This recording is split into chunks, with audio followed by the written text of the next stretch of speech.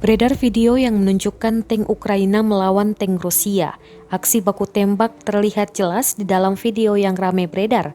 Dalam keterangan unggahan, disebutkan hanya seorang awak tank Ukraina melawan konvoi peralatan Rusia. Tank Ukraina tersebut menunjukkan keterampilan militer yang tinggi. Di akhir video juga terlihat tank militer Rusia hancur setelah baku serang. Invasi Rusia ke Ukraina telah memasuki hari ke-42 pada Rabu 6 April 2022. Presiden Ukraina Volodymyr Zelensky mengunjungi Bucha, sekitar 45 km barat laut Kiev, mengenakan pelindung tubuh dan dikelilingi oleh personel militer pada Senin 4 April 2022. Dia berbicara tentang kematian dan kehancuran di kota-kota Stoyanka, Irpin, dan Bucha yang baru saja dibebaskan.